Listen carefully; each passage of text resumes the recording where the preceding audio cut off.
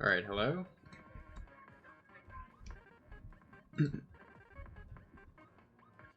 Wait, sorry. I'm back. Okay. My phone randomly powered off. My bad. Oh. Alright, so I was just saying that I'm gonna need the replays again. I can probably go up and look. And then also, if my voice or the stream gets like robot-y, pixelated, whatever, at any point let me know. I've been having some trouble with that lately. I can't be any worse than my mic, so... And I'm also, I'm recording too, so like, I don't know, worst comes to worst, you can just go back and look. Okay. Yeah, I got you.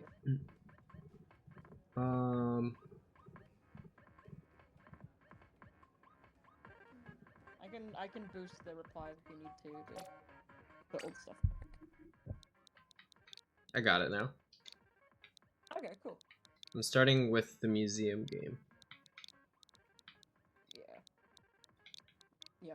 Also, I mentioned it in DMs, I worked on my sense afterwards, and the overshooting is not as much of a problem now. It's just getting used to how, the fact I can't, like, click.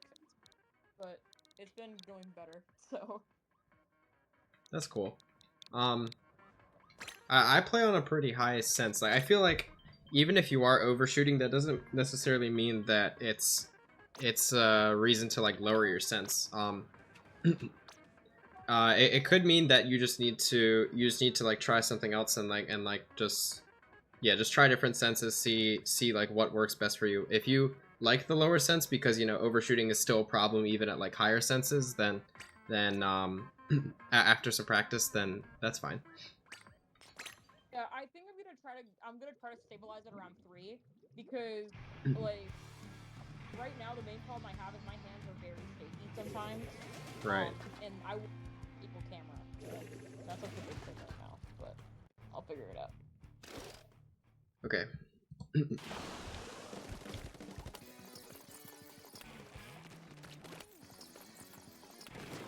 See how much of this I remember. Yeah. I remember that this fight, I think you just approached this fight kind of poorly. Because you take a while to like just paint the area around you, and then by the time like you're kind of in position to fight this brush, you don't really have any sight lines on them, and like they could very easily just keep moving up here, but they back up and give you free shots. So they play that poorly too. And then I talked about how this crab doesn't have sight lines onto the rest of mid. It's very hard for you to see anything like approaching you from the right side, and it also doesn't help that your teammates aren't there either. They requested me to crab a little early here, so where would I want to position that at if that was the case? Would I just play off a spinner then? You can put it, yeah. The spinner's the more like defensive place. I'd say put it spinner because your team's 2 down here. Like that's how you recognize, okay, they want me to crab or like hold the position. Let me put it from like the super defensive spot. That's still like pretty close to where I'm already playing. Your other option is where you're standing right now, like just closer to the plat. And that's not too bad of an option either here, because the enemy isn't contesting it currently. Like the enemy's way too focused on pop. So you actually have quite a bit more space to play with than you probably should be having here. But the pen kill is still good.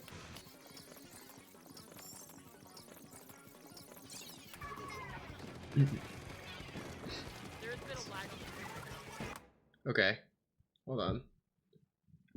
Might. Is it still bad?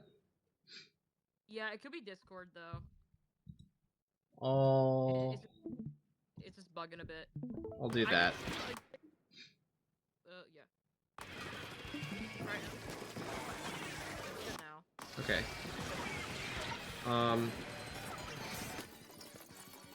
I talked about how here you just there isn't too much that you're really doing like for the team here. I think the team is like really separated on like what fights we're taking and stuff like that. And I don't think your position helps with that, but like if your goal is to get crab here, which is a decent goal, I think it also should not be placed at the bottom here. I think this is bad. I think you should go all the way up. Oh yeah, now it's that. I think I was worried about how much time I had. like them getting cooler up. So I was like, okay, I don't know if they're gonna hard push us that fast. So should I floor that? That probably was the better play though. Museum's a really nice map on these modes like Rain and Clams for for a defensive splash player because this left and right side is like it's like literally perfect for you, the upper left and right.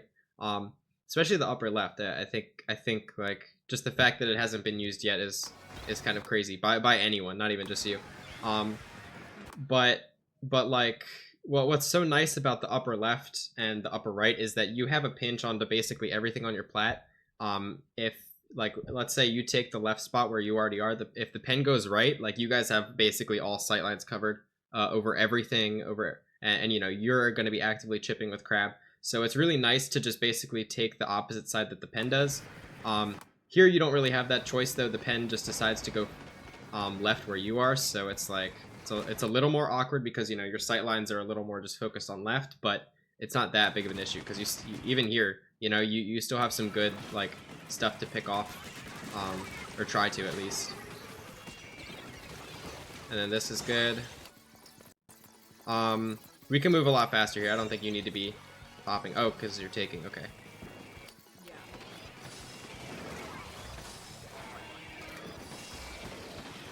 Let's see. Yeah,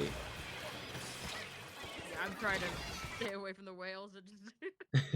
Yeah, I think this is. I think we're just too far up. That's not even just like a you issue though. But there's not really any paint under your feet, which I think you should be also looking at too. Just like tap shot out of this. Yeah. And play for bottom right. But they just run you guys down so easily for like multiple things there. Okay, and this is I think all like from now on this is all like new stuff that we haven't covered. Okay.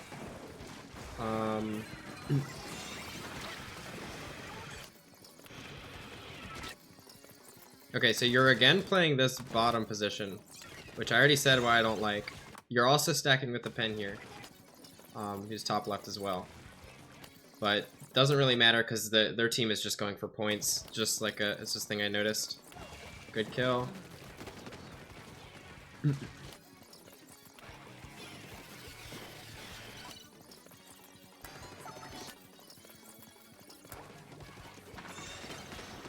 Okay. I guess this is fine.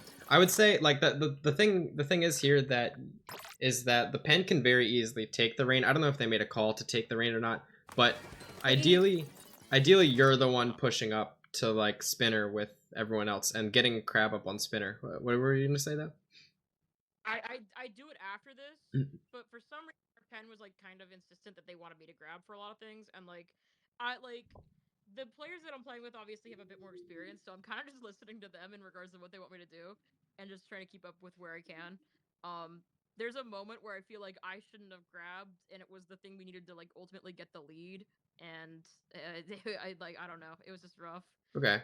Oh, we'll see it. It's just like just ideally here I don't think you should be even like playing where you are. But if they want you to do it, then okay, like I guess you can make it work. Okay, so now you're here, but everything's already been cleared out pretty much. Oh, except for this. Yeah, this is still great. That's exactly why we want Crab there. That's a good spot.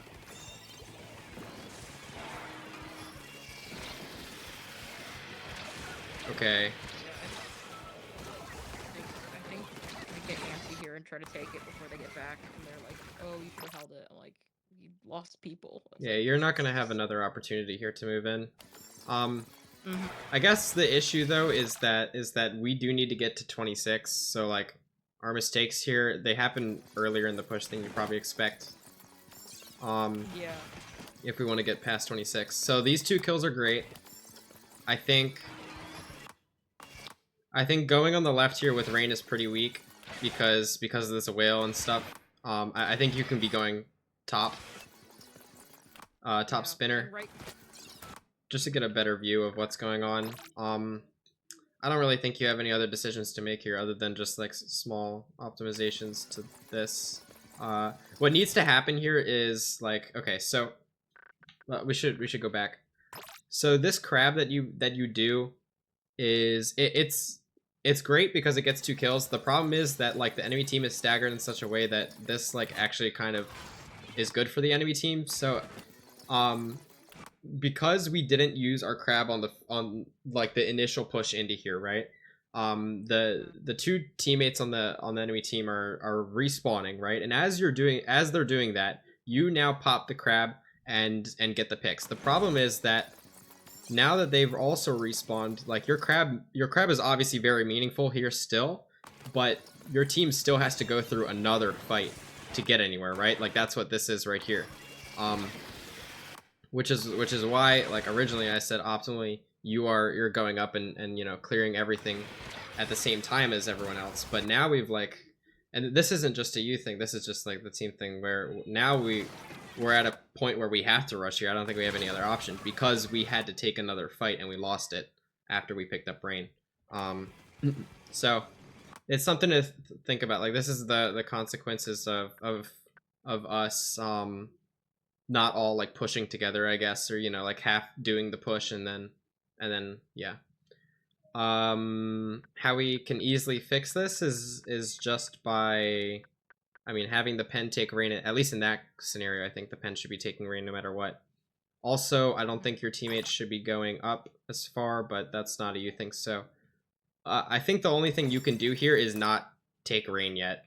Um, yeah, I think that's it, because you taking rain here locks your team into a play that they need to make. The pen is already respawning pretty soon. I don't see a reason the pen can't just take it again in a couple seconds. The thing is, okay, if you got to get to 40 or something, or like right past this pillow, then sure, right? You can take it and run it. But if we're not gonna do something like immediately with this rain, I don't see a reason to be taking it. Yeah, because you have to get to 26. That's past like the middle pillow. Um, you're not. There's just nothing you can do right now. Whereas if you had your main weapon, you know, you could still at least like play front, I guess, or like, you know, create space, and go for a longer push. But you've by picking up Brain, you force yourself to kind of make a play that you can't make, I guess. Mm-hmm. Yeah. But I mean, the big thing there was we broke check. Like we just gotta get another push going. Yeah.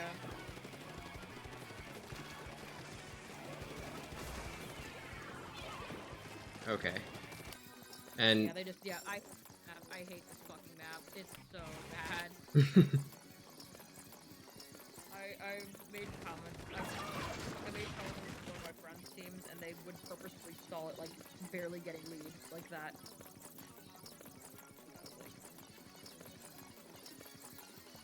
I'm just gonna like go over this quickly then, because it looks like that's just gonna be the whole thing. Oh wait, no, are they? Yeah. Oh no, they're okay. They bring it, at least for now.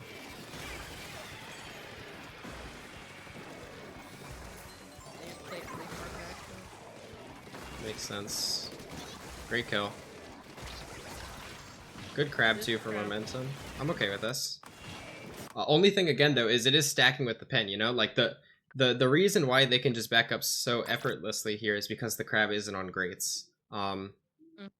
Or even not on grates, but like where you are right now. Yeah. You know, at least something more right, I guess. Mm-hmm. Okay. Yeah, that's kind of why I worked with my class the right side there, but yeah, definitely should have probably top right there. Yeah. Or I mean, maybe even save the crab. Like your team already had momentum after you killed the dualies, so you could possibly save crab there. Always look for that. Yeah. One of the things I learned from this scrim is that their momentum is like really strong once they get a singular pick, so they just keep going. I'm like, and like I was like, okay, like when we do a scrim again, I'm gonna try to focus on pushing up with them the second I see one person go down, and like play because like one of the things I was a little hesitant on things at first, and then like as the scrim went on, I got a little more faster, and that's when I started playing better. Okay. But we haven't been able to scrim since then because some of the team's been having some family stuff. So I was like, okay, so but yeah, been interesting, but I'd like the pacing is a lot different than what I'm used to. I'm used to playing a lot more support heavy. If you couldn't tell by like the gameplay, but it's getting there.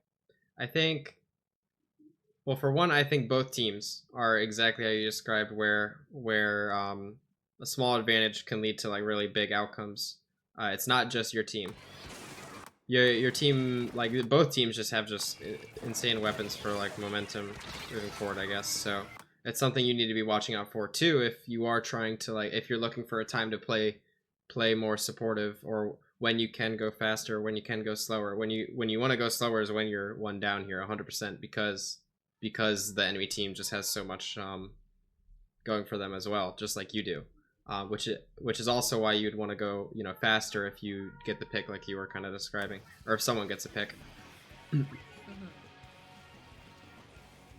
Okay. I mean, I don't think there's anything else for this game. I can go back. Let me go back and look at what do you do here, because I wasn't paying too much attention to that. I think you just grab Rain. Yeah, I had to grab Rain because I don't think anyone else was there for it, and then I got stuck to a weird angle. Yeah. Oh no, it was Gal that got into plat. Yeah. I didn't know what to do. I got one shot instantly. I was like, oh, I think that's like maybe 10 or something. Gal's just like literally right behind you. That's crazy.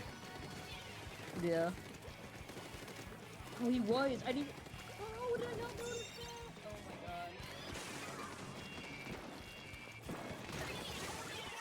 god. Okay, I don't think you grab here. I think you go help the fight with the Gal. Most important thing right now. Let's look back at it one more time, because your teammate tries to fight it, I think. Yeah, I think that I thought that there was two people on it or something, but like I think I'm fine to grab this.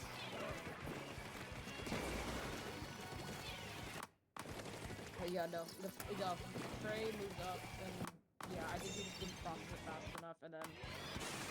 Yeah, this is your fight.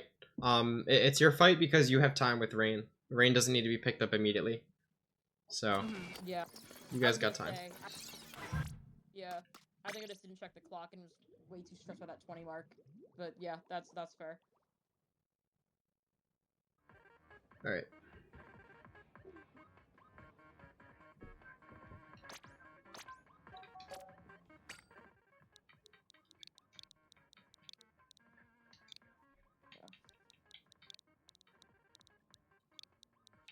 The big thing I've been trying to talk about with people is like getting more confident on playing aggressive with Splash. It's just what is one way you recommend building fundamentals for that? Because like I've been playing a lot of solo queue and everyone keeps saying just play solo queue, but like I feel like that's not helping in the same way, because it's just like I don't know, you fight a lot of high mobility weapons and stuff like your dualies or your blasters that have like the one shot or the chip, and it's like you play around your burst bomb in a lot of those fights, but like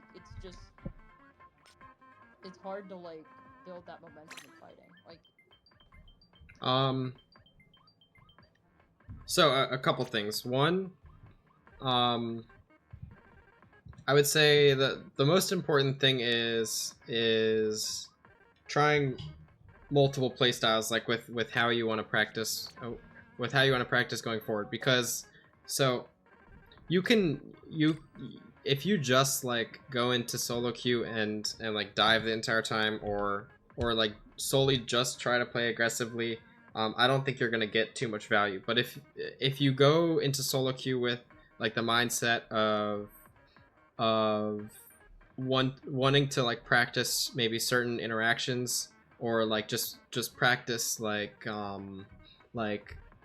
taking space for your team, or like just have some sort of goal other than just like, okay, I'm going to fight, or something like that, and then like specifically working towards that, I think that will be a good starting like spot. But then also I think a big thing about it is like also the builds as well, and like yeah, actually just the builds too.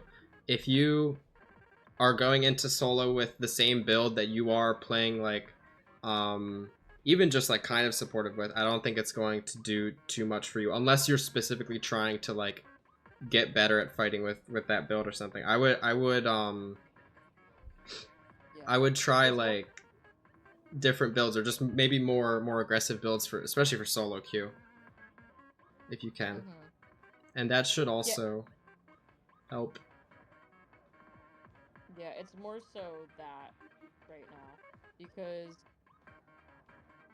it's more so that right now because the fact that at the current moment I'm trying to like with a support build, but I'm like when I need to push up and help my team, I want to make sure I'm getting value, I guess, because sometimes I just don't consistently get value. Okay. Well, it's really hard to get consistent value out of Splash up front. Like that's it's not meant to be as easy as like S Blast or Gauss, you know. It's you have a very tough job when you're trying to do that. I think the best thing to do then is like solo queue is good either way because you get experience against so many different like play styles and weapons and just general like interactions. Like that's why at least I want to play more of like just every rotation if I can, because even on the bad maps, you know, that way it's not just kind of like how do I say it, like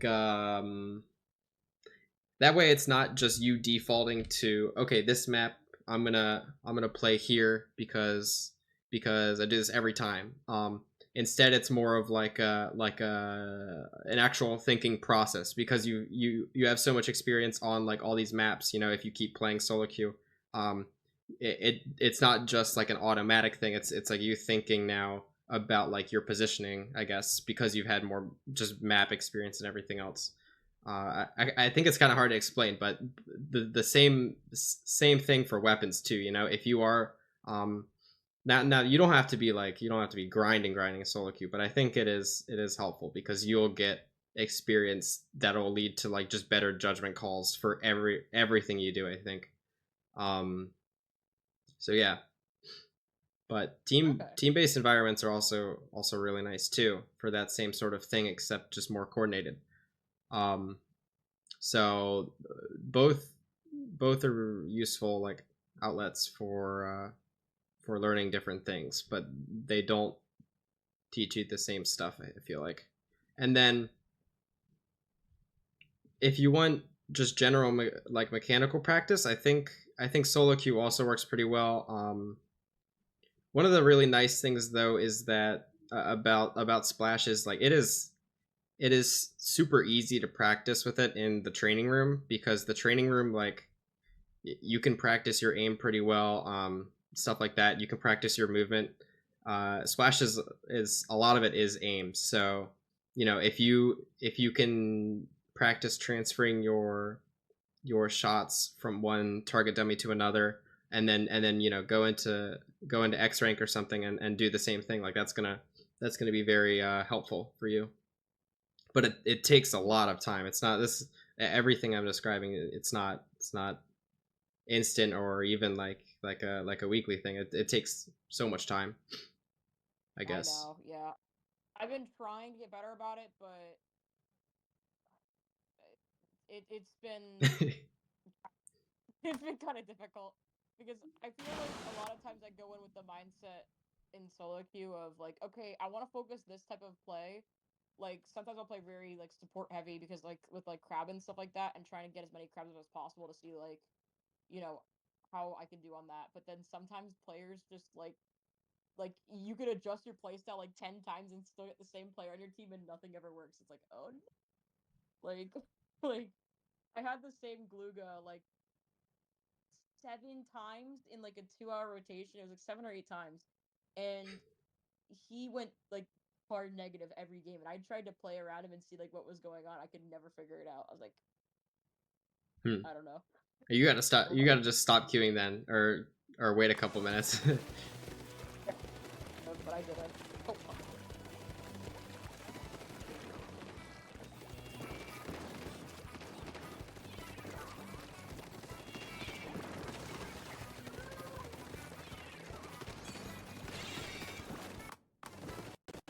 I think this is pretty good so far. Oh, okay. I would like, just out of this first like 30 seconds or so, I would like to see more like painting around the zone area. I think, yeah, that's about it. Like more painting for the left side and zone. You spend a decent amount of time pretty far back. Like here, yes, you should back up, but let me go back. Because you seem to be trying to like paint for crab up front here, and you do a pretty good job of that. I just think like the right there, and then also maybe partly like right here. It's just a little slow to get crab and like get like space on like left and right. Like ideally here, I think you're looking more left just to get space for your S-Blast as they try to find something on left, because your S-Blast kind of gets scared here, and doesn't really do anything on the left because there isn't too much support, like especially right here, right? Like so they back up. That's all though. Like this is still perfectly fine. It's just like I guess we have a little less control than we would hope for, at least at the start here. I don't think it's anything too serious. Yeah, so just keep the paint up on left, I guess. Yeah. Or like I guess more just decide aside. Like if you wanna help your gal at the start, and you know you want to take space right, then hold the space right. But if you want to go for like I guess it was looking like you wanted to get a crab up and like maybe paint some zone and help left, like then do that. It's good that you are looking right for a period of time, but your edit also has that too, you know? Like they're the one playing the backline role, I guess, and looking there, or should be looking there. And I think they were. This is great. I also like this. Okay, it goes poorly. Your approach here is a little questionable because you do go straight through zone. When you hear the call out here, you have to like we have to be very careful for stuff like this, like slider and things like this. But they go for that and get it done. Like, worst comes to worst, you see that they have slider here, you know, you want to go help your teammate. You maybe throw burst bombs, like you do here. I think your best bet is to probably just climb up, though, as soon as you see that they have special. Or, like, back up like you did and then keep backing up. This is a little unfortunate, it's fine. We still have a lot of time left.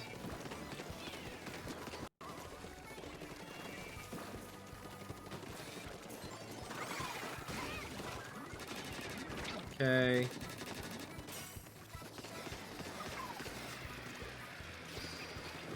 We remember that there's a person left side, right?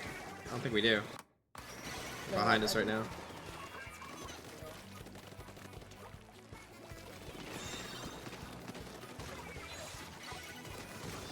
Okay.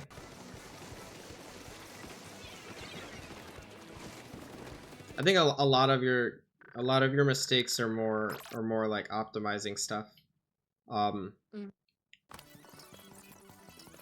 Like the biggest mistake I've seen is not paying attention to left side here. Like you see the dually, you know, on your kill, on the kill screen or death screen, and you see them here, and then we slowly like lose the dually after like the bubble becomes a problem. Yeah. And we start thinking about zone. Yeah. Like, yeah, I think this right here is your biggest mistake. You don't have to go for zone yet. But okay, you're here. You know, you haven't painted zone yet. You got it though. Just a little slow again, and then your pick here is good. You come back for it. Ideally, I think we want to be looking to crab here in a second. Move something forward. Okay, looks like we don't need it anymore. I say we don't need it because our fronts are in zone. Yeah. And you're not going to get much value here. Yeah. And like here is really big too because your crab could be super useful in holding this. Like, oh, especially if they get top right like they do there. You know, you could go up right with crab, that'd be great. Or just hold it back mid, kind of where you're standing right now. I kind of because like I was really in the Oh. then Okay, hold on, they're behind us. Did they drop before? we looked for that and we don't think we could find it. From what I remember, I think we looked for it, we couldn't find it. I think they just like they just started coming out top left and then jumped on one end because I mentioned I played with Ali the other day and they were like, oh, that's how you totally have to play Urchin at all times. And I'm like, I don't think that's true, but like that's how it works for you. Like, Is someone behind us right now? yeah, Okay, there was no way of knowing. Either way though, I think you are playing really supportive. So, the thing I say about this map is, now it's painted already on this thing. Let me go back just so we have time to look at the map and stuff. So, I'll go forward a little more actually. Right after this crab. So with Urchin, the only thing you really need to defend the left side, like the only sight lines your team really needs is the map. The map will tell you who's going left and when. If you periodically check it, you should be good. And that would also help you see the flank. Otherwise, I don't think there's a reason to stick left unless you know that these guys are like, they consistently just drop left every time. But we haven't held long enough in the game for that to really be an issue or a concern, especially when we can just look at the map, see, you know. So that's why I say I think you should be more right here. In general, I think, again, unless you know that someone is going to be taking left every time because you've seen it from the map and stuff, and you have in-game experience from these guys taking left, like, I think you should just default to right side with your gal, kind of. Or I guess the gal goes back too, huh? Okay. I mean, the bomb is unfortunate, I guess. There's nothing else I can say about that. You are playing with audio, right? Just to make sure. Okay, yeah. Good. Because I know a lot of people don't play with audio, and that is like the worst mistake you can ever make. The main problem I have is I struggle with sound regardless. Something about like the audio, like something about the audio, like with every single like major sound is. I don't know why, because like for some reason like I can like process that something's like that I can process like the sound of a bomb revving up, but then like shot firing and other stuff like that will like actively like cause like my brain just to like blank, like like oh yeah, bomb was still there. Like I'm not really sure why it happens, because it's like it's the same issue I have with like visual clutter too, with like screen, where like I can't play against screen because like I can't see shots or bombs. So I'm trying to figure out how to work on it. I've been playing with like higher audio, but like I don't have a mixer or anything like that, so I have to like pull my phone out for like for comms. So it's just sort of like a balancing act of like the two different things. Okay. I have to run. All right.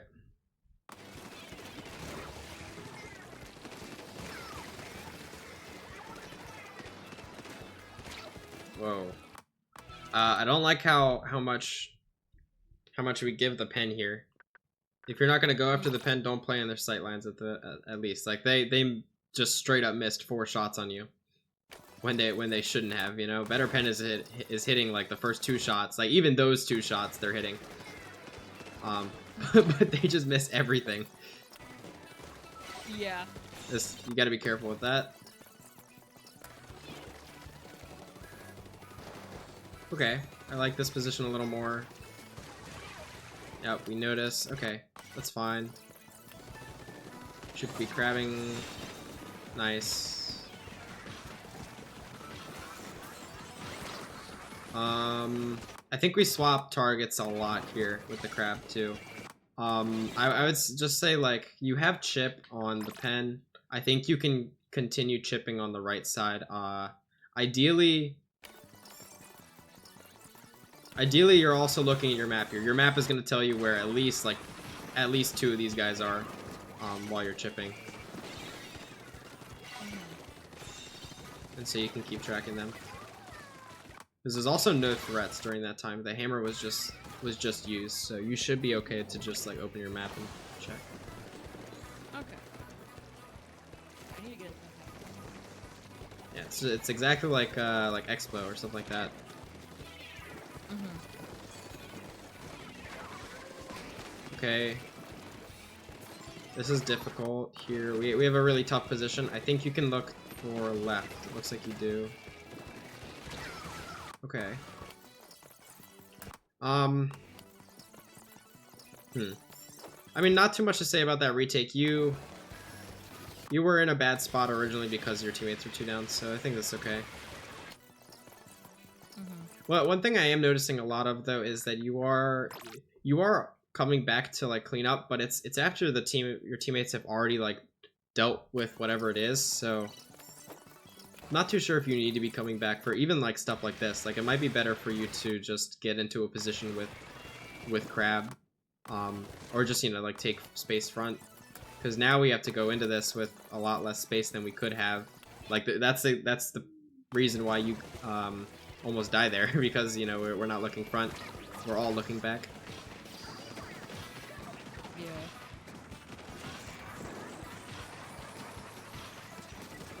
Okay, this Crab is also, I think it's also very far back. Yeah, that's all I gotta say about that. Let's see, positioning wise, I think you're, yeah, this is good. Okay. I mean, not too much to say other than I think you can probably play up a little more after the Crab there. You had some momentum going with that. You had 2 specials. I think you can move up a little more. Try to keep the fight off of zone there. This map is a little awkward. I don't think you had anything. I don't think there was too much you could do better in terms of where you were playing for the most part. It was more just like you were very slow with what you were doing when you went to go like help your teammates or something. Like you would respond, you know, you'd clearly respond, but they had already dealt with it. So okay. I'm not too sure if that's an issue with like you are actually a little slow to respond to like comms and stuff like that, or if you're just kind of hanging around even though you're not like needed there, I guess. But you definitely could be taking space on that end, on that final part, and also there's probably another portion of the game where probably just be better to look front. I think a lot of this game you also spent like, actually I do want to go into it one more time real quick. I think you spent a lot of time just painting space that didn't end up like being used. I'll show you. I'll try to show you what I mean. Okay. Let's go to like after the first fight here, and like coming back.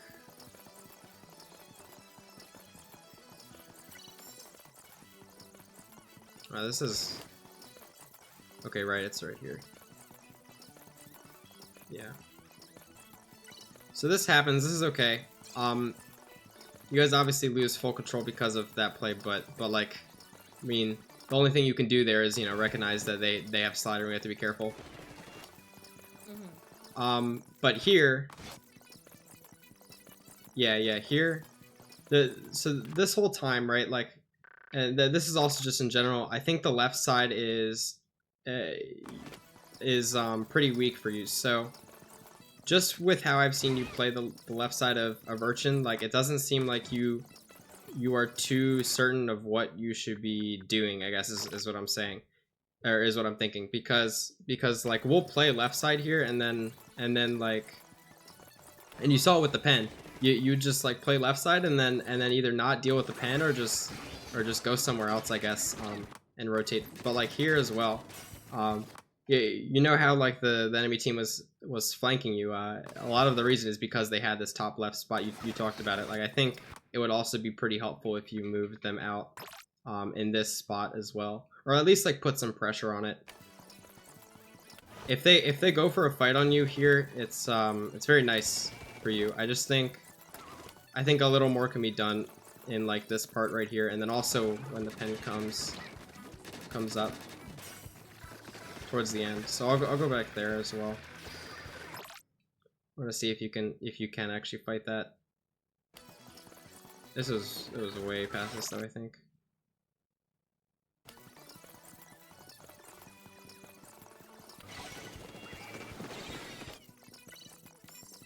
Actually, I want to watch all of this back real quick. Okay, yeah, so you die here. This. Right, and then you start this, what, 2 down? Yeah, you start this 2 down. Okay, so this is, yeah, this is really bad for you. You have cooler, though. I think you go into play left a little late, too, which is why you don't see the decav. And then... What is it here that... Oh no. Okay, the pen mistake was before this, okay. Sorry, I was just... I don't remember exactly what happened. Okay, and then I guess the only other thing here, like I said, was the crab was a little far back. And then I think, like I said here, you can play up more. Like notice how like the S-Blast is already in and stuff. The only reason you would need to be like, I guess, in your position right now is because like you know that someone's flanking, and you want to look more left. But like if we play here where we are right now, like notice how they get like pretty close to zone. They have 3 specials. We need to stop them a little earlier, I think. Into this. I was gonna say that's probably why I played far back, but that's not. Yeah, I could have just played forward. Yeah. And I don't even know where the slider comes from. Does he come from right? Like that? Yeah, that's also something you could be looking at. Either one of these fights, you know. But I mean, because you're here, like you're still there to paint, so it's fine. Just ideally there, like you go to fight as soon as your crab is done, and then you know, like once the timer comes down a bit, you can come back if you're still alive, I guess. Yeah. That was an interesting game. I guess there wasn't too much because it was like it was a knockout. I mean, it went down to the wire though for just getting the knockout, so I was like, I should probably consider that. But I don't know. Yeah, that's fair. I mean, there's still some good info there about in regards to like playing the sides and stuff more properly, because I'm like, I don't like playing Urchin, but I somehow always end up running into it in tournaments, so I have to figure it out. Yeah. Urchin's a tough one for me too. It's just a very weird map. I feel like everyone and it's just very hard to get your feet off the ground in regards to what you want to do. I think it's also a lot more punishing with crabs. Like if your crab timing isn't really good on that map, a lot can go wrong. God, I remember this game. I remember this game. I was having a hard time with swapping around sides a lot.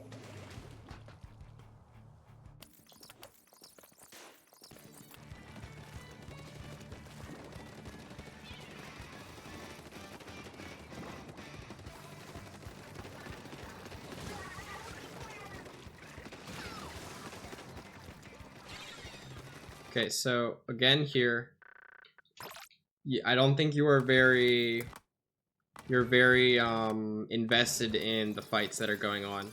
So I keep saying like ideally, but seriously, like ideally, I think you are looking a lot more like as you're painting here. I think you're looking up too much, as well as just like not looking at like what's going on right and left at the same time. Like here, yeah, you're looking left, but you have no idea until you peek right here what's going on the right, for example, or that this guy's under you.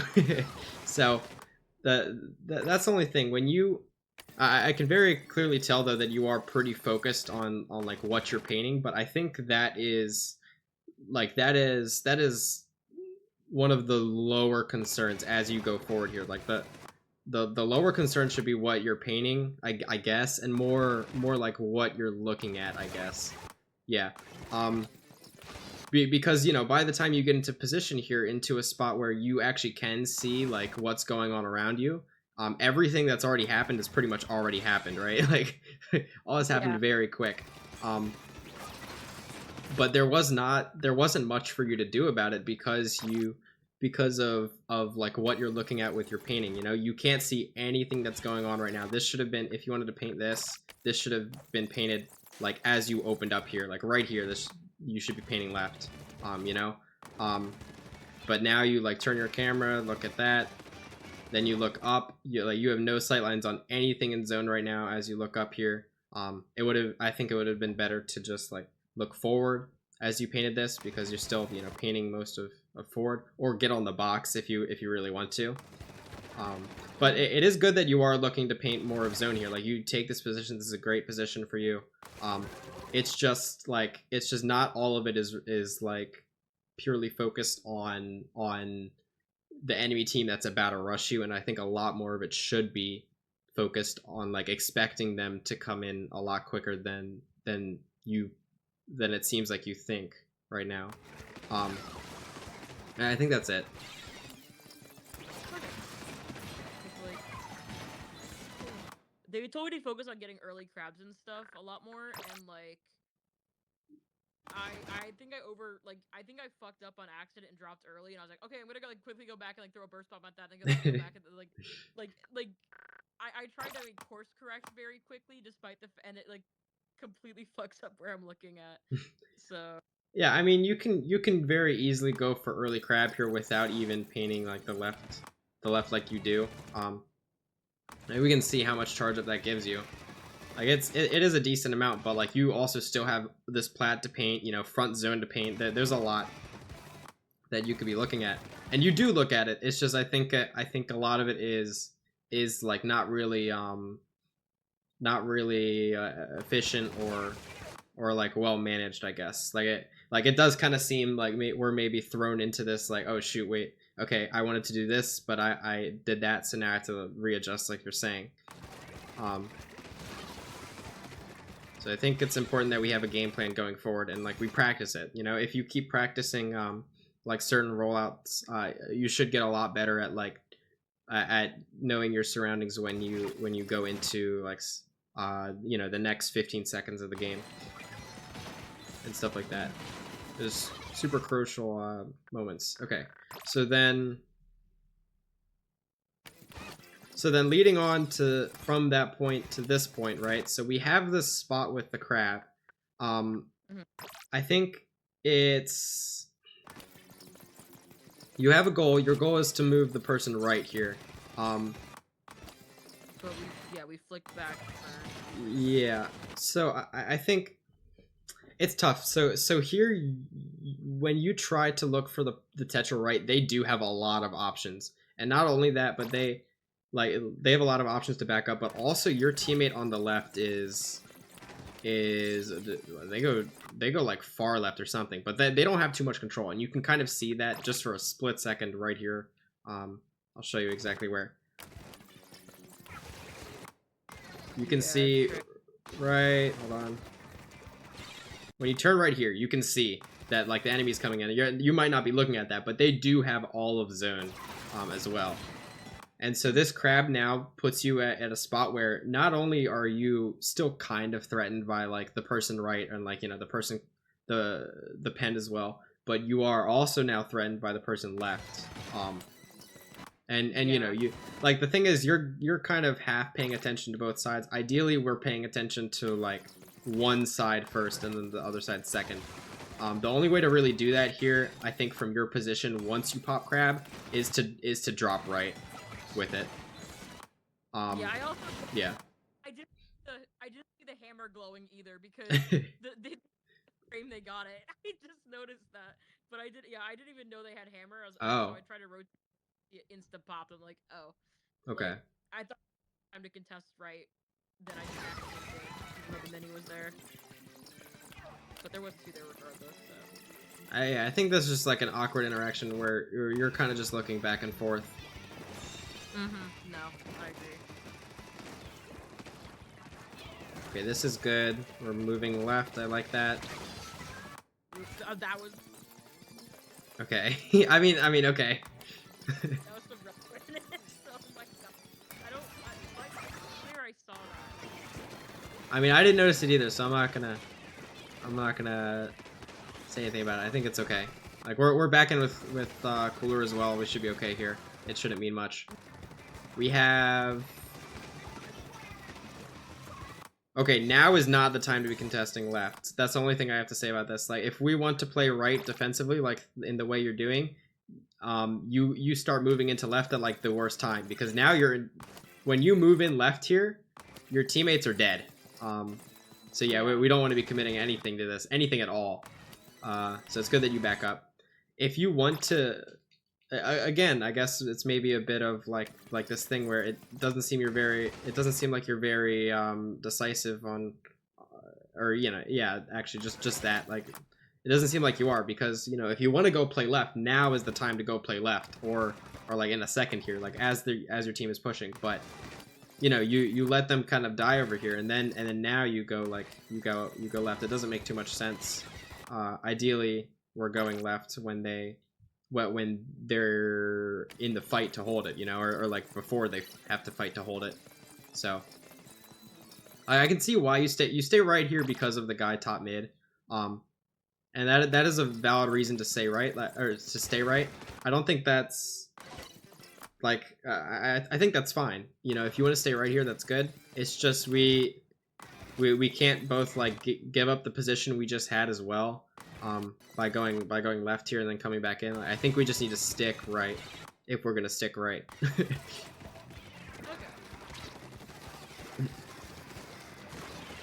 Okay. I mean, only thing you can really do against that fight is throw a burst or two. This is good. Awkward crab time. Yeah. And no one shredded the Yeah. by the way, I think. Like, we were so confused with that. We're like, what the fuck? Why did no one shred it? Like, I knew I was gonna pop crab. You should be shredding it there, I think, before you crab. How I would think about going about this, right, is okay, we just won a pretty good fight here. You know, my team's all here. We have time. We have a bit of time to shred the bubble here. I think we very much can. When you crab in this position, let me show it one more time. You're like, it looks like you're trying to go after this pen, but the pen can just back up. It's literally what they do immediately. Like, notice how your immediate like target is just gone as soon as you pop crab here. It's because the crab positioning is bad and like not timed properly, because now like, you know, they're literally just backed up. That's all they need to do, ever so slightly. If you want to contest the pen here, you do it with your team with your main weapon. I don't think you contest it with crab. And also the reason I say that, right, is we go back into this here. You have so much going for your team after this kill, and then after this. Like, this bubble was meant to be like basically game changing for them, but because you guys are able to sneak in, you guys get this like threat out. Notice how their team is 2 down. They're respawning now, you know? Like, you can very easily go help with the fight, right? I mean, it doesn't even look like they need help, but like, you could very easily just secure zone with your main weapon here, and then go crab top mid as they come back in or something. Saving a crab here would be very useful for your team. And the reason you could do that is because the enemy team just made a super big mistake by basically just deleting any advantage they had when they went in with that bubble. So yeah, that's it. This is an awkward fight for 2 reasons. First reason is you put your back to the enemy. Although that's not even the biggest reason. I think the biggest reason here is that is just in general, you're super overextended for what you're trying to do. So again, right? Our team has so much momentum here. Our team, like, even now with your crab and stuff, right? Like, we just capped zone. They're still like dead here, you know? Our team gets another kill right now. I think we throw it away a little by going in so quickly after this person, and the Tetra lures you like left a little because you know, that's the only way they're living here is if their teammates also come in too. You had a great angle on the Tetra, but it doesn't mean anything if the enemy team is also there with you. So you effectively take a 1v2 without even really realizing it. And that also, at the same time, like, that throws away a lot of the momentum your team has here after Zach gets the pick onto the decav again. You could, I think your best bet here is, instead of swing wide like this, is you play like a more like, is you play a more standard approach, like just straight up in front of him. And you don't even have to necessarily take the fight. You know, your teammates are coming. They don't really have anyone else to focus on other than this Tetra, but you initiate the fight so quickly that it has to end soon. And because of that, both your teammates, or both you and your teammate, goes down. Okay. So I think we can afford to play that one a little slower. Now, it is good that you are looking for fights like that. That's great. That's really good. It's just you have to be very careful about how you approach those fights, because if you do, you know, lose like a spot like that, it's just amazing for the enemy team, who has now just been given an opening to move through into zone, you know, and they're very likely gonna do stuff with that opportunity. And it looks like they've already done it. So I would argue here that this entire left fight is kind of just bad, because we've already lost. The left fight to me is what happened right here. Like, this is the whole left fight. They've basically been, because you guys have gone down here, they've been given this left side now. And like they're gonna make use of it. We can't retake this left side in the way that we do, because they already have the space. Because we went 2 down, they have like 3 people here, or 2 still. They have the positioning that they need to move in, and like we're basically just fighting a losing battle, even with Whale here. It also, I don't think it helps that you are playing again like a really forward, really forward position here. Now, don't get me wrong, it's good that it's again good that you're looking for this. Like, this is a great fight to be looking at with your team if your team wants to take this. Like, this is great. I think a lot of it comes down to how you approach, like where you're looking at and what exactly like space you're taking. So in this case, right? Let me go back one more time. In this case, the first thing you do is you clear the zone. Pretty sure right here. This is fine. This all makes sense. You see, from this perspective, from what we've just seen, you see that they're diving left, right? They're diving left. Where is your team looking at? Left side, right? Notice how Trey is looking at the person left. We need to throw some burst bombs or something. Ideally, your burst bombs that were just used, I'll show you. Where were your burst bombs used? I think they were used like before you. Okay, they were both used right there. And then also here, right? Do we? Yeah, we throw one at like just the paint, I guess. But like this should just be all this power should be focused. If you're gonna double burst anything, it's the bottom left right here. Like, this is where you double burst, not so much like the zone that's already been cleared, I guess. And then the second thing you do here is this is an important moment. The second thing you do here is you peek wide on an angle that we've already cleared, right? And we know where they're pushing from. They're pushing from right here. We've seen this, right? Like, even here, anything past this, like, the only thing that you're thinking about right now is this player on that Trey's fighting now at this point, right? You're not thinking about the person who's going to come up on right, because you're super focused on this decav. You've basically forgotten about the Tetra being there, or at least the Tetra being a threat still from your position. But notice, you know, you go for cover in a really aggressive spot, and that's what gets you killed, because the Tetra comes out. So it's just like the best thing you can, to sum it up, the best thing you could do here is literally just chip for your team with burst. Like, I don't think there's too much else for you to be doing here. And part of that reasoning is because you guys are super stacked here. I think literally just the best you could do here is throw burst at Fent Baby. and that's about it. Anything past that is just a super losing battle for your team, or for you. I've been talking about that because that is something I do a lot of. I air sometimes and I throw them just to throw them for like paint and stuff, and like that's something I shouldn't be doing. Yeah. And someone gave me a perspective on it. They're like, treat it like an expo shot on your crab, and I was like, okay, like I know it's like a weird ass thing to say, but it's been helping in regards to that. Okay. So I've been trying to practice that a bit, in regards to that. It's that no, I do agree on that though. Like that was like, yeah, that's like the big thing is sometimes I only really needed to throw one of those burst bombs too in the zone. Like I did not need to throw. Yeah, both that of them. too. So I mean, I guess there's a little bit of optimization there. But yeah, the main thing is definitely that. I think also just like thinking about the other games too, like we really do not chip with burst bombs as much as I think we can be.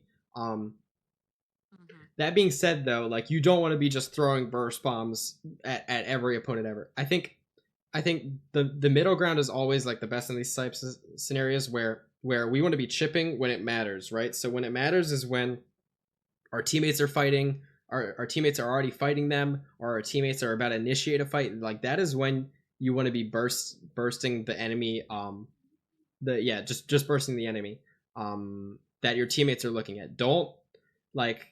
You can also burst chip just to like pressure people out, but you don't want to be doing that too much. Just at least for now, focus on bursting the people that your teammates are fighting, because you might still have like good mobility. You can reach people quickly, but what can reach people even quicker is a burst bomb to the forehead. So I think that will help you a lot with like just cleaning up fights for your teammates. 60 damage is a ton for both of the weapons that are playing aggressive with you. So yeah, that's it.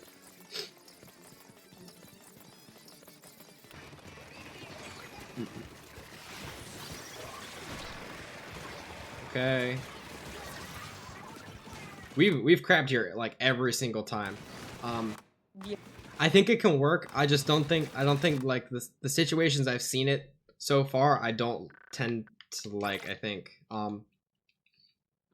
like I think funny enough, the best time to use this crab where you're putting it right now is on opening, and I think for most times other than just opening, I don't think there's too many good use cases for it. Like here, you're 2 down.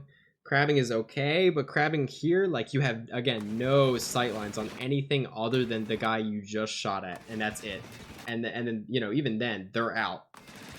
You have nothing to really look at here. Wow, they still give you a lot though. Yeah, I was gonna say yeah. So okay, but like the whole thing here is I don't think there's anything good, like super good, that we've done to guarantee us this. I think the enemy team has just made a ton of mistakes going into this. Like I don't know why. I don't know why. Like for example, we're holding this left angle so much when we can just play back. Like Gabe should not be going in here against the Gal. And like with that being said, you do hold it down pretty well. I just think that the crab is not really in a position to do much here against better players, I guess. When I'm crabbing on retake in this map, should I just generally be playing it off of our great snipe then because of how much coverage it gives me, or off our block? Then? Yeah, I like that spot. I think so. It all really depends on where we want to be playing. So if you like, you guys have pretty aggressive weapons, right? Your 52 can probably even drop left, like soft left under the grates, where Zach is right now. Your 52 probably can just drop there if you have crab up on left. So that's something to think about. If you want to go for something like that, you can. In this position, I think your best bet is to just hold crab. You help with a slider. Zach takes a really bad fight, and you're okay. I guess there isn't really an opportunity for you to hold crab because your teammates go down like instantly as you pop it. So it's like again though, like I think your best bet is dropping here. If you want to get a good angle on what zone is, like you're like where Trey is right now, or maybe a little further back. Yeah. But that'll give you a better view of left, as well as like you still have basically the same view as top. Like you can still get to see this guy crossing over, stuff like that, you know. You might even have a better view of someone crossing over than like what you had there. So I think you just go, like, in general, you go for the wide angles on the zone is like how I'd put it. The only like middle zone angle I would take is probably like this like clam or whatever you want to call it. But that's kind of far back, so like you can put it clam or block here, and that's okay. It's all very situational though on like what your teammates want to do with the crab, I guess. Like you have to experiment. This is a map where you have to experiment a lot. If you notice, like you can, you know, maybe go a game or two trying the grates, and if the grates don't work and you guys can't make it work, then we try a different spot as like our default, you know. But whatever works best for your team, I guess, because a lot of crab spots here I think are very powerful. Even the one you were using there, I think, in this thing can be pretty powerful for retake. It's just dependent on what you have. If you already have right side and like Trey is set up where Trey was, hold on, show you again.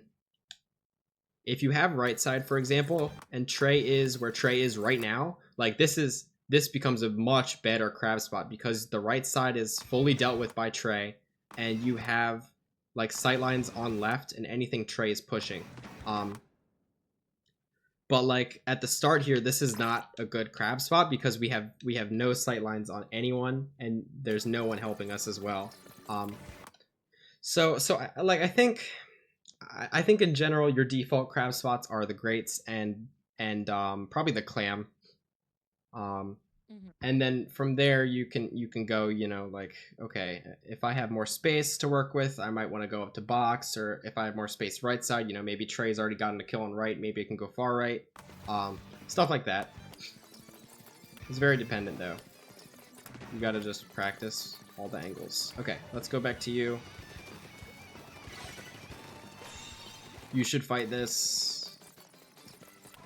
Do they just stay behind us? Okay, I don't like that. I also... Yeah. Okay. Not only do I not like you not fighting this, but I also don't like that your team has completely ignored it. I don't know if there's not calls on like them being here or something, but we should have dealt with this like 20 seconds ago, as soon as we saw them, right here. Fent Baby should be dropping with you, and you guys should be dealing with this together. But we completely ignore. Yeah, I think Fent Baby told me that, like...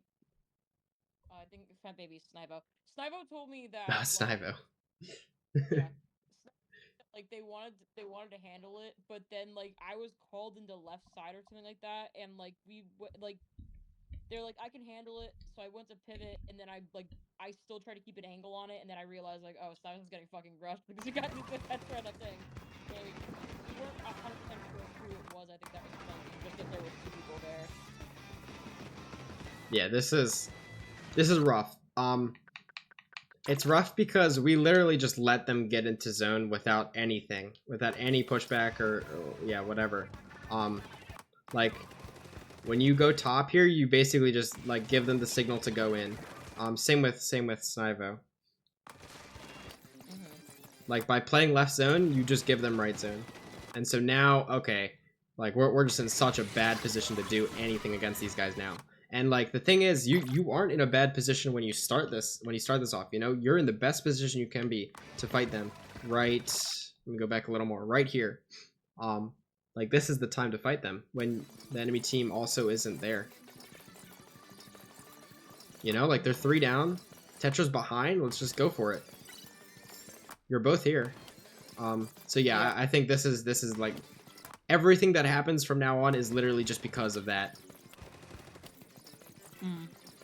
I don't think there's anything else to say about this.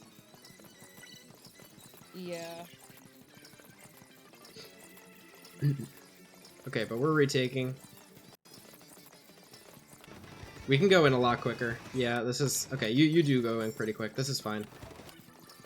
They give us everything back for free, basically. I like this. I like this a lot more. You should be using your chip more, though, I think. Around this angle. What do you say? Yeah. Was my Explo shot? Yeah. Like, That goes for any time the teammate or the enemy is playing around geometry. Just use your chip. Like your chip is super helpful here, and you should keep your target as this decav the entire time. Like they are the threat. That's why you crab for them. You crab for them here to get them out, and you need them out. Yeah. So what even here, like okay, you do like this is good. We start chipping here, and then we keep chipping around the block, and they're dead. You know, Trey is also there too. They're 100% dead here. You get very close. Yeah, I realized I screwed it up afterwards, but I even said to them, I'm like, oh yeah, I did not use my explode shot. I was like, that was, yeah, I remember talking about that crab specifically after the game, because I remember being like, yeah, I was so focused on the bubble because I shred bubble usually with just the regular fire, and because of the fact I transitioned into shooting at them, I was like, okay, like I didn't get to the extra shot fast enough, and I just stuck with that. I was like, yeah. And then you also swap target here. I think this is a bigger thing than even the expo shot. You switching target here is also really bad because you had basically just burned this crab for the decav, and look at when the decav kills the 52 without any repercussions because we look at the thing, right? Like as they come up, we look right. So yeah, that's like that's the biggest thing there. Okay, here's pretty good. I think we want to be rotating to look. Actually, no, we're fine. Okay, our teammates are just going down now, so we have the back. Good. We're going to be looking for a crab spot now, and that's what we're doing. We can test the pen. This is great. I love this. Yep, swatch targets, yep. Yeah. That. Yeah, I mean, don't know. I think it's probably a less of an issue here than it is on like something like on the right.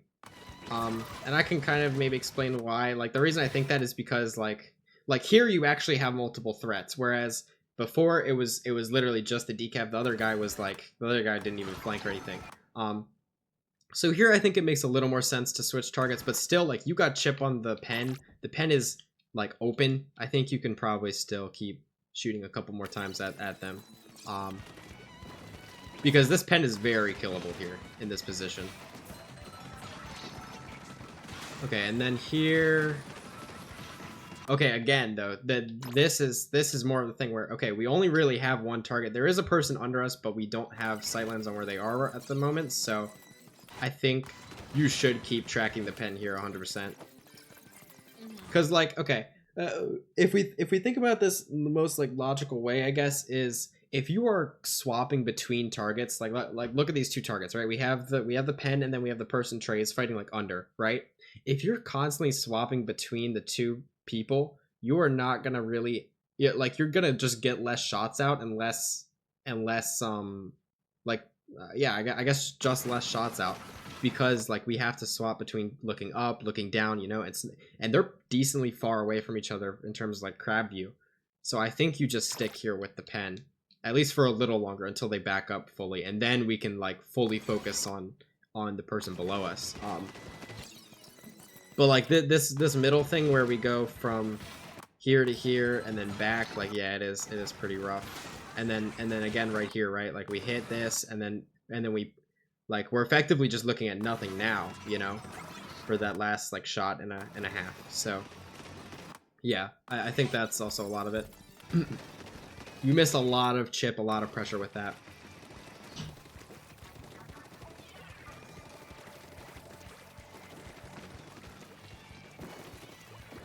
Okay. The sprinkler needs to be dealt with. On top. Yeah, why that sting? Like you're just painting over the stuff that like the sprinkler's gonna be painting over again. Yeah, and I mean that's kind of true. Like if you want to farm crab, maybe. There have been times I've thought about that. Like what if I leave a sprinkler up to get paint, but like yeah, I don't think it's ever really that serious. So. Exactly. Yeah. Because again, okay, so when we go into this, right, we spend so much time here, like, just kind of not contributing too much to like what's going on. You know, you are just painting this left side, and because like we don't ever deal with the sprinkler, right? We don't ever get into like the top position to put a crab up or something.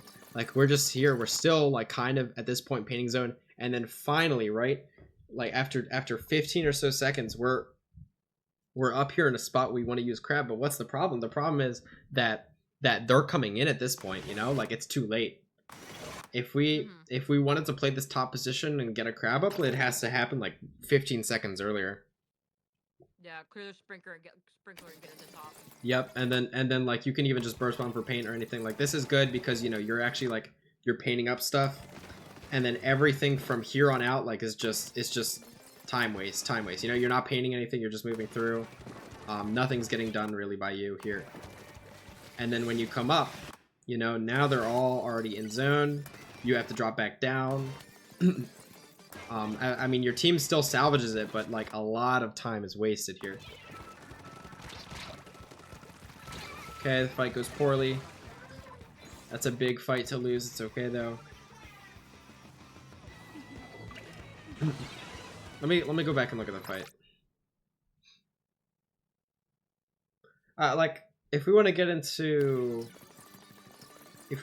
like the real like technical stuff here, I don't think you should be jumping right here. I didn't think about that. Like that's kind of what kills you here. You like I say this with burst bomb too, because what'll happen is people will initiate fights with burst bomb, and sometimes that can be really good for chip. Other times it basically is just a warning call that you're coming, and you're gonna like take a fight. So and same thing goes for when you like drop on opponents with burst bomb. If you like drop on an opponent with burst bomb, that's time that you are just chipping them and you're not like actively shooting your weapon, which has the fastest kill time, you know. So it's the same kind of thing with jumping here, where when you jump, like look at how much time we waste not shooting shots here. Like even there too, you know, as you come down. So a lot of that I think comes down to just worst comes to worst here. I think you just go for like the straight up trade and just shoot at them. So yeah, like, I think that's all you can really do even.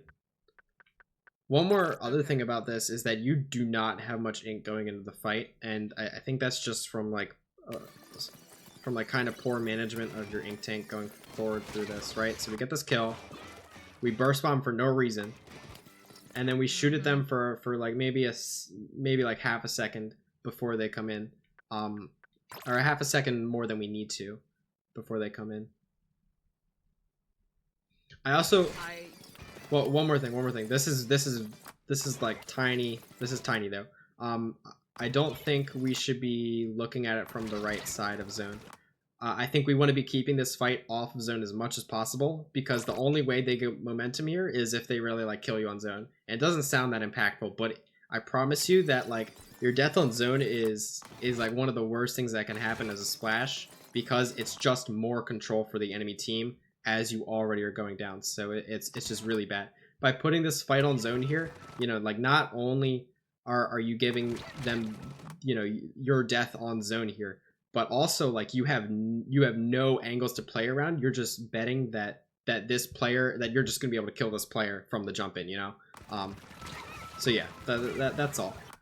If we played around the box here, you would have at least a bit more cover to work with. You know, you would be at the full advantage that you can be. That's it. Yeah, no, that's actually really good advice. I appreciate that. Because that, like, those small things in that fight, I was like, yeah, that would have definitely shifted what I was doing. I don't think there's anything else that happens here, though. I think it's just that Yeah. small fight. I don't expect you to do anything there. Yeah. Okay, you didn't have time. That was it. That last part. Yeah. Was Okay. that the last? We got one more. One more? Mm-hmm. Do it.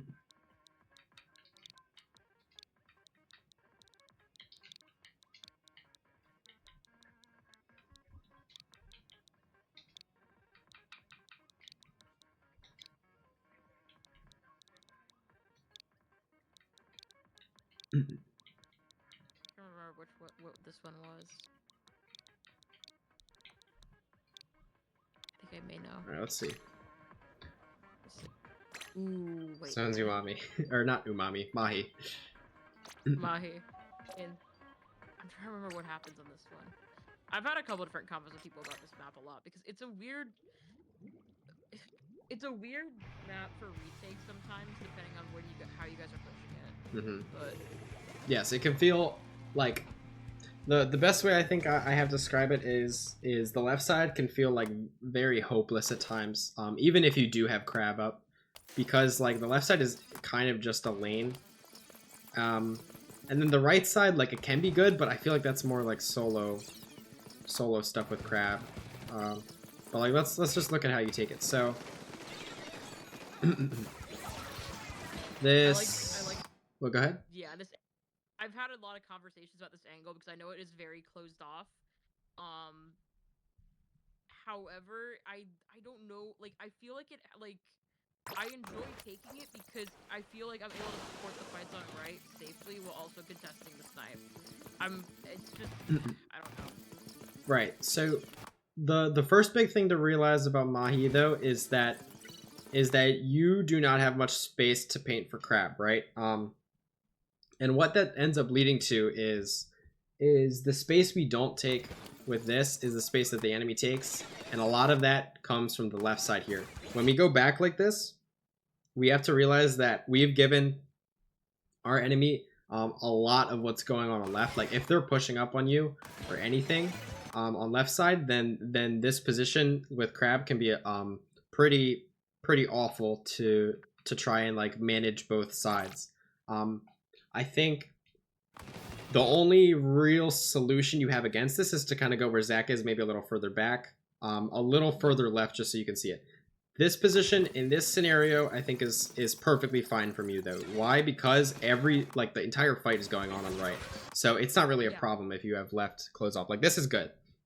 It's just like you have to be careful if the decaf still keeps threatening the left side. You should be more left. I think that's it. Yeah, I have a Wiper player that loves to instigate bullshit on right. So a lot of times what I'll do is I'll tell someone like, okay, get in front of me on left, and then I'm gonna pop crab on left side and just pressure the shit out of him for the fight on right.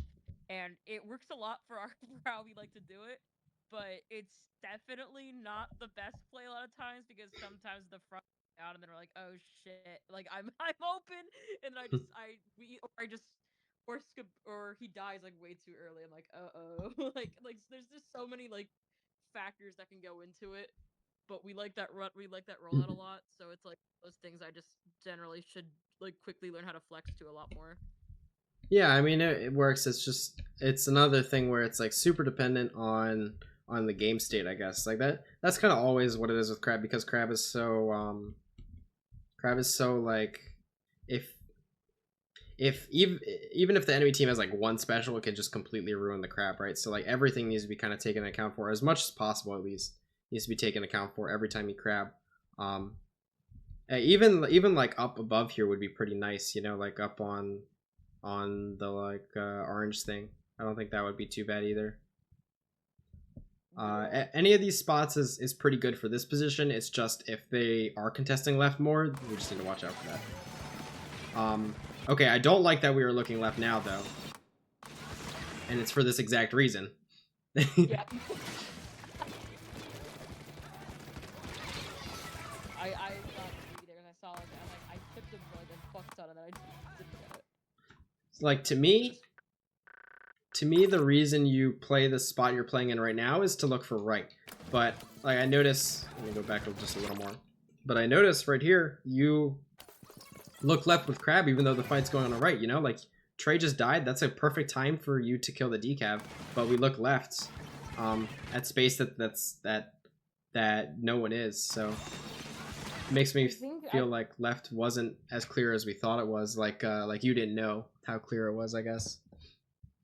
Yeah, I think I was told to pop like to look there, and I because I remember talking to them about it, and I remember us discussing the rollout, and they're like, oh, like pressure sniper thing, and I pressured the sniper, and I was like, there's no one there, and then like they rushed, I was like, oh. Okay, yeah. So So I mean, this game it's all about like the situations you're in. The situation you're in here though is that like the right needs help. And you were at a perfect spot to deal with it, I guess, for a split second there. Yeah, no, I don't know what happened there. I think that I swear it was small there, but it's there, so I mean that's probably just on me then. Okay. Not much to say about this. We just need to find a way to clear them out. Can't grab cooler, okay. I like that we don't get greedy for that.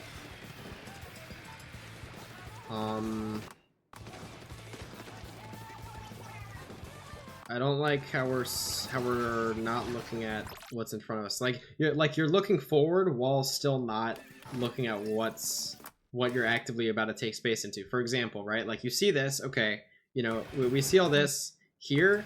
For example, you are not looking at islands at all, which is the space you're about to take, right? And the first time you see this Tetra, which this should not be the first time you see this Tetra, is here. And then even here, right? We don't look too much at islands. Like none of this is looking at islands until we approach it. I think that's also not good. You still kill the Tetra here, but like I think in general, like a lot of your situational awareness is going to come down to where you place this camera at like times like this. Yeah. And that'll help a ton.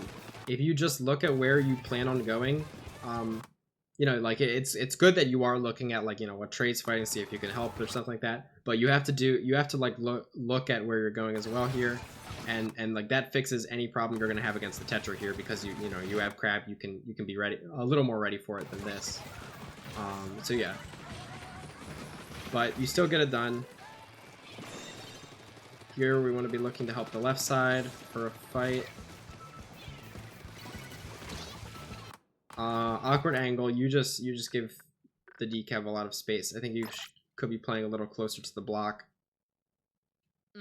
Yeah. I think I went for a wider, yeah, I think that was on my end, because I was trying to go for a wider angle to see where they were at, and then whoop, there they come. Yeah, another thing here is I think the burst can be used for left side instead of right. I'm not too sure why we burst on the right. Like this, and then like because okay, the decav is gone from our angle here. We just, yeah, I don't know. It's just a little I think it's a little unnecessary, and also kind of leads to your death here, because you could at least throw some bursts at the decav from that position if you want to play further back, you know. Yeah, that was the other thing I was gonna come. Like, I don't really know what the purpose of that burst was. That's kind of just another example of random hot shot.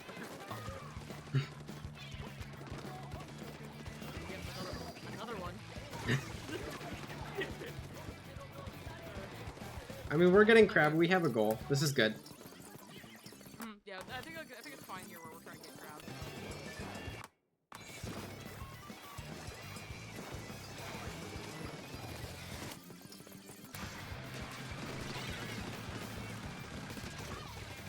Okay. So the way I see this whole section here is, I think it's another one of those plays where we have a crab, or we spend a lot of time farming for crab, right? Here and here, especially right here. This is an important part, right? When you're on left side like this, like, just keep playing left is what I'm thinking. Your team, they already have islands, and even though Trey does go down here, I think, right? Even though Trey goes down here, I think a crab on the left side is much more important in terms of stabilizing the position than a crab on the right is. And that goes for basically every single time on Mahi. I think the crab on left is just more helpful because of stuff like what I'm going to show you here. So notice how, like, obviously there is the fight going on right. That's what you're looking at, right? On left side, on the other hand, we have players coming in, players who are just dropping for free. There's no contesting them at all. That's going on, right? The slider is left as well. We have no one looking at them, right? So they just get a free position into zone, and still like nothing we have done about it at all, to the point where they're just popping 2 specials on zone because they want to, and they cap zone here because of it, right? I think a lot of this can be prevented just from a crab on left. Like the best way to see it here is that you have a crab. What's being looked at right now is 100% the right side. You know, you see Trey holding down the right side. What you don't see here is what's going on left. You have crab. You can easily, very easily look left here, and get something going for your team on left as well, because Trey is at least already defending this, so he might as well look left. Crab at this point though, crab is fine. You know, we go for the kill. It's a little messy, but we get it done. 2 bursts on zone, little unnecessary. But I think in general, you want to be looking for crab on left. It'll help your team a lot more. And then like you can even call out that you have the crab on left, because like Trey, I've played with Trey. Trey is he's a very strong gal player who knows how to like hold positions. So you can just like call for them, for your fronts to play like right. Snivo as well is also very strong, and kill focus. Like if both of them play right together, like there's not really much that's gonna stop them. And then if you have crab on the left with Zach maybe like paying attention to both sides, like you guys will be an unstoppable force. It just takes a better setup than what's going on right here, because like not even just you, right? If we look at where everyone's playing, if we go back, the only one really doing anything here is Trey. Like look at our, I gotta go back even more. Before they even get in, like we see Trey here, right? But like no one else is really stopping them from moving in, especially like I said on left side where this is needed. And even here, like we're still not doing too much. You're really the only one who's doing anything on the right now. So I think it's important that we have a little bit more of an idea of how we want to go about this hold, because this hold, you guys have to get to 11. You have to get far here. It's important that we have proper setup with our crab and our fronts playing certain sides. So I think a lot of it just comes down to you not going left, and then also not calling for us to move right while your crab is left side. So because like the reason you're staying right here, right, is to help Trey with the fight, but someone else can very easily do that instead of you, you know? You just have to call to like replace, I guess.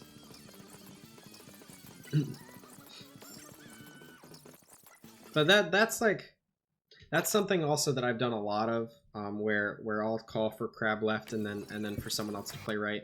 It's just something like I do as like a shot caller, and you might not be like an IGL or a shot caller, but I think it's also still important that like even just regular players who are going about the match, still try to pick up on stuff like this where okay, wait, we have control on right, but we don't have control on left, so let me rotate for my team so that we can, you know, just hold better. Literally, that's it. But it's hard to see that, especially if you aren't already like used to doing it. In general, though, I think you should like just like yeah, just here try left at the start of your hold. If you have crab, go left. It'll work better for you, I promise. It's so strong. I generally like to play left side, but I think I tried to rotate because I didn't see anyone in position to help Trey, and then I was like, I sort of just stayed left. Yeah. In general for the whole. Because like, Snivo was like right there, but I didn't know that I didn't check to see like that they were like fully there because of, again the positioning of where I was at, I think. Yeah, you have the power to call for your teammates to like, you know, replace you or something else. If you see that you have a good position on left, you know, like your crab in theory should override anything else that your team has, like even like a booyah bomb or anything. Like your positioning with crab comes first because it's the most impactful thing of like all of like everything here. I think crab is the most impactful special, right? So if you want to hold a position, like that is yours. It is not Snivo's or anyone else's. Like they are the one who should be moving to go help instead of you in that sort of scenario where you want to hold it down with crab. that's it. You just have to recognize like, okay, I'm gonna hold this down with left. Let's get someone else go do my job for a couple seconds while I get this crab out in a good spot, because that should be like the number one thing.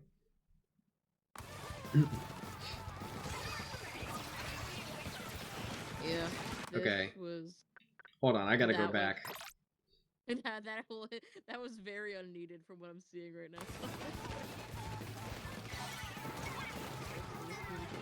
I'm gonna go back even more. Mhm. And just start this whole thing again, because I was still like talking. So No, you're good. we know about this. We rotate left. Not too involved in this fight until it's too late. I think we can probably peek this angle before this. Like the best way to do that is just move up a little faster.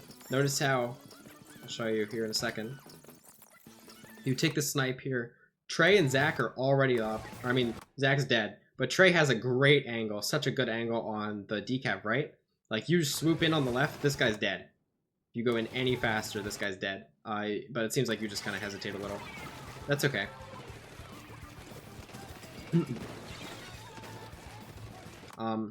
Like that right there would just it just takes like quicker or like more experience with like helping your teammates with fights, I guess. If you want an easier way to deal with that though, like just burst bomb. Like I said, you look at players that your team is fighting, burst them, and it's GG's for the enemy team. So, but yeah, okay, this crab is very So unnecessary. Yeah. Although, like, I mean, you still get value because like I don't know what they're doing. They kind of just dumped that for no reason. Yeah. Okay, you weren't surviving that no matter what. They just lured you in. That was good by them. Okay, we have a chance for a retake here. Looks like we're opting for right. I like that. Yeah, I think we get stuck here. You are really slow to get crab. It's again like a small optimization thing. Like you can get crab like 3 seconds earlier here at least. I notice how much time you spend. So it's not even that much. I kind of over exaggerated here because 3 seconds in Splatoon is a lot, but you spend a lot of time here just like sitting, I guess, in my eyes. Yeah. I think I was told to crap last year. Okay. That's fine too. I mean, if like Trey has a great opening here too. If you want to crab here, or your team thinks that it's best for you to crab here, and you follow that, like that's great. This is still good. We crab. This is great.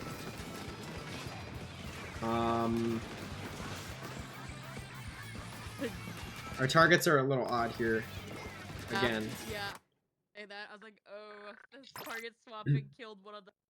Like, unfortunately, I think you just have to you have to kind of just tank the bubble. Like, you just shred it. It sucks because like this is the most like out of everything you could be up against, like bubble just kind of sucks for you, and it's just dumb because it takes so much time to shred. But and like people say bubble counter, or people say crab counters bubble, but really like all of your potential with crab is just kind of wasted here by a single button press. It's really it really is stupid, but I think you just have to tank the bubble here and like and shoot at the top and shred it. Yeah, but I hate when that happens.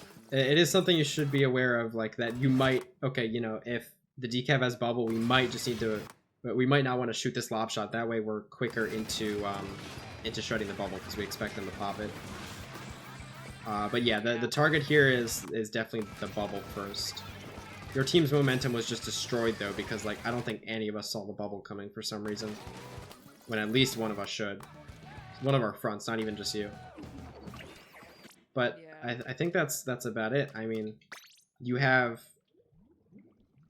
I guess out of all the games, like that one seemed to be the one where we weren't too sure about where we're popping crab, because like at least on Blot you had a position that you kind of kept going to. On Mahi this time you crab top left, which was good. The crabs like on right seemed to be really spontaneous. And not have too much thought put into them, with the one that was with the Booyah, and also the one that was on right after Trey died. those seemed a little more spontaneous, and in general, I think we should avoid those types of crabs, Yeah. if we can.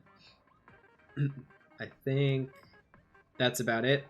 In terms of fighting, like I said, we could definitely do a lot more fighting with our burst bombs if we aren't able to reach our teammates quick enough. You know, you might just want to opt for the burst bomb chip, and the only way you can do that though is by saving on some of the more like useless burst bombs that you are throwing out, or not impactful burst bombs, I guess.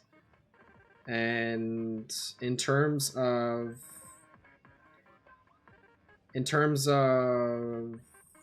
like Splash in general, I think, and I said this the first time we talked, I think Splash only works now as a support in the meta because it has the tools it needs to like still somewhat be able to fight and stuff.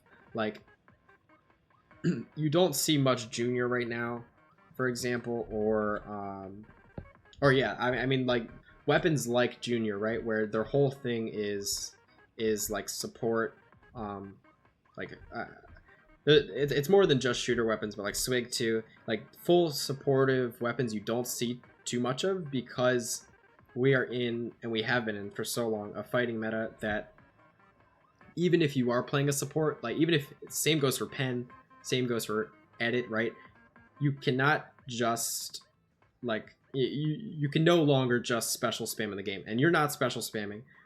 It's just that like the supportive role now requires a lot more fighting than it did even just a year ago. And I think it's just gonna keep going that way unless like balance change crazy stuff. So it is super important that you know, you not only just X rank, but also in team environments, you do try to play a more flexible role where we can support at times where we need a lot of support, where we need this anchor crab, or we need like just someone alive at crucial moments. Like that is great. You should keep playing supportive like that. And then at other times where our team is ready to go in, we have cooler, we have any sort of good advantage. You know, Trey's trying to push up, Trey's calling that like that he's gonna fight something, or literally anything, right? Any like in that we get, we should be taking as much as possible, I guess. And even just for practice, like maybe not so much in tournaments, but for scrims and stuff, I think it is really helpful if you do try to fight more often. You know, like every opportunity you get, rather than just staying back. In a lot of cases, like anytime you get an opportunity, just go take it. That way you can practice your fights, your interactions, and stuff like that, and become more aggressive. Because I do see from your gameplay that you clearly are maybe not necessarily like new to Splash, but you are like you do tend to play like pretty supportive, or just in general like I think you lack a bit of the like fighting knowledge that like just a general frontline would have, right? And we're trying to reduce that by giving you as much experience as you can get. Like now is the learning phase, I guess, for getting just fighting experience in general, and the only way you can really do that is by practicing fights. So yeah. And I'm still doing that. Like I went. It's every support that's the case. Like it's not just you. Like every support, because of the meta shift, is just has to pick up a more fighting role to do better. Or a more fight heavy role to do better. And like it's something that's ongoing. It's not like you're going to be able to learn how to fight and then be good for the rest of the time. Like it's gonna be just a constant like okay, I should just be practicing my fights here. If I feel comfortable against certain comps, then that's great. Maybe I don't need to be fighting so much against comps with like a mini, because I already kind of do well against that fighting wise, and I know my positioning pretty well. But like especially against like dive comps, you know, you could be trying to fight a lot more if like that's an issue or something, or just any time you feel like you are struggling, it's time to learn, and you know, and time to like practice your fights, and Yeah. that's just an ongoing thing. It will forever be. Yeah. The main problem I've been having, I think, is like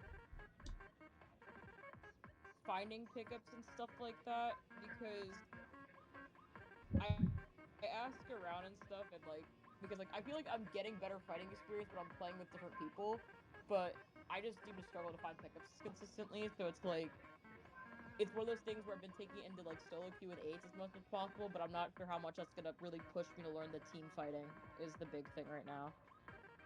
So I don't know on that one. I But mean, I'm yeah. Go ahead. I'm trying to get what I can with that in general right now. So, but yeah, that's it. That makes sense. I mean, that's just a Splatoon competitive scene issues. We just don't have that many players or that many people who want to be that want to be actively playing the game a lot right now, I guess. And you know, like also not many people willing to give other people opportunities.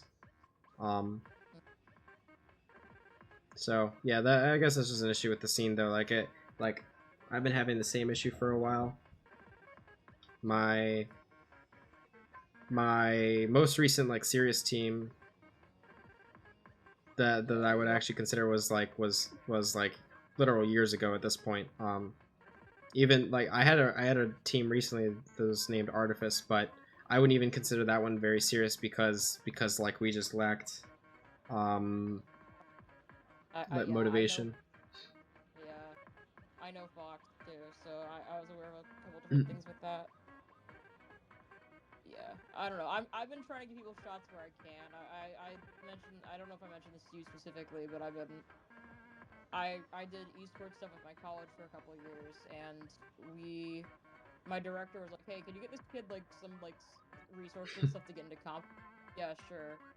And I gave him references to Fox. I gave him references to all this stuff because he's very passionate about the game as well, and he's been getting very good very fast. It's been very exciting to see, but it is tough. It is a lot of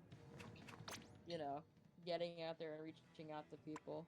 So it's I don't know. It's crazy because like he started like 3 weeks ago and he's already like somewhat on a team and has coach versus and I'm very happy for him. But I'm like, man, it took me like a goddamn year to get these. But hey, if it gets him a better start, then it gets him a better start, you know? Yeah. Yeah.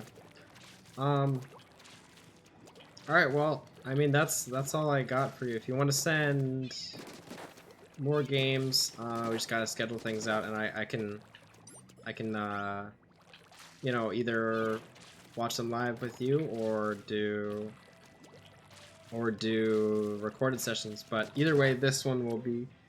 I don't know about the Mako game. I might not post the Mako game with like this whole recording because the Mako game had like audio issues. I know I checked this time and the recording won't have audio issues this time, so I might just post. I might just leave that one out and just do what we did today. I remember a lot of the things we talked about for the Mako session, so I'm not really that worried about it. So if you wanted to upload these, that's perfectly okay. I didn't take notes this session. I just kind of listened and tried to keep up with things that we were talking about, and I'm gonna probably go back and record those notes later. So whenever you upload that, just hit me up and let me know so I can go back on the review. Okay. But, yeah.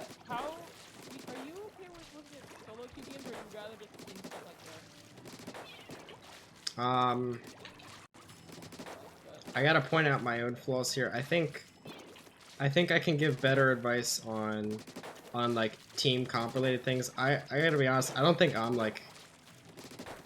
the best at solo queue. I think I still have a lot to learn myself, like just from like what I'm doing. So I feel more confident in player and like team, you know, matches, but I can still like look at them and like and look at like individual stuff and see if I have anything to say. It's just like, it's just I don't know.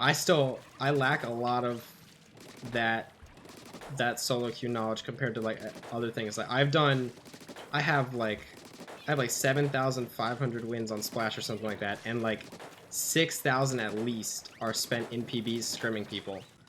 Whereas like, you know, the other 1,000 are spent on solo queue, which is still a bit, but it's not.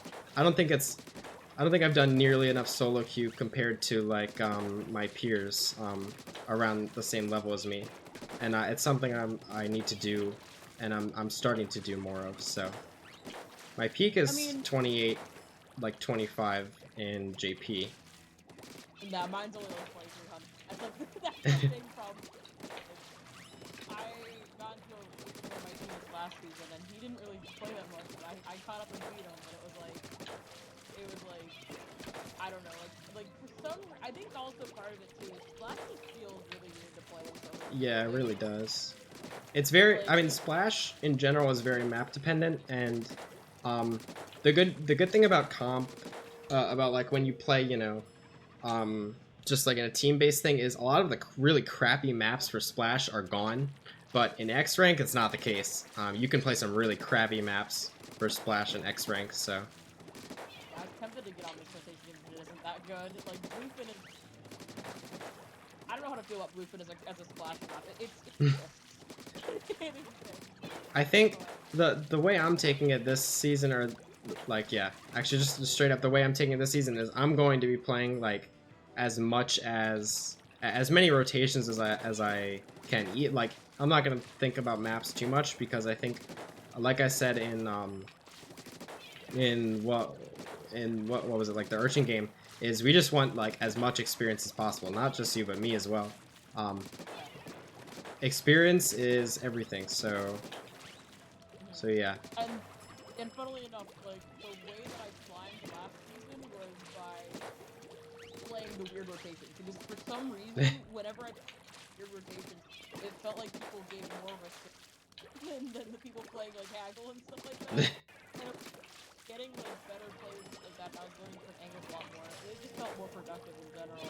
But I mean, I don't know. I told you I played that Glugo rotation. And that rotation was like Glugo up like Manta. And I just, Oh, Manta, wow. yeah, it was like Manta is it's so bad.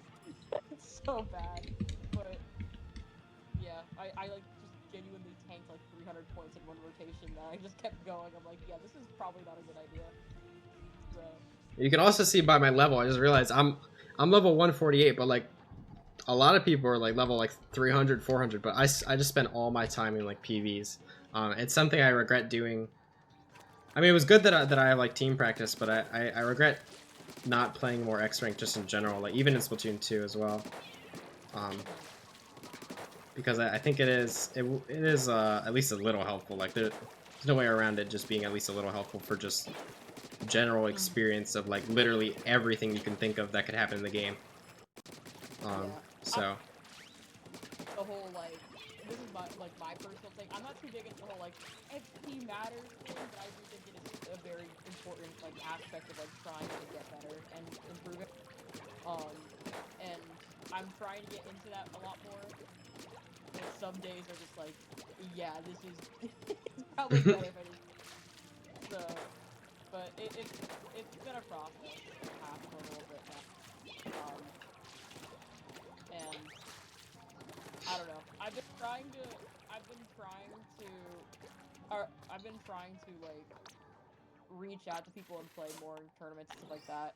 And I was talking to a friend of mine, and he was like, "You realize like people like don't want to play with you because like your aggression is weird, and like you're like I know you're working on it, but I'm like, yeah, but like I'm like the main way I've been getting better about it is playing it in a team setting. So, like I don't really, and, like the people they mentioned that were talking about it were people I haven't played with on like the same team ever. I'm like, I don't know, man. Like I've played against them, but like I've never played with them, so it's kind of hard to like talk about that. It's just like one of those things where I'm like, I understand people like just critical of me and stuff like that. I gotta keep growing and improving from that. So I've been kind of just ignoring that and like trying to stay true to my own and playing eights and stuff. But it's still really hard to find people to play with. So, Yeah. But it's one thing at a time right now, I guess. Until I prove otherwise. So, but yeah, I really do appreciate you helping me out despite the hiccup perspective. It's alright.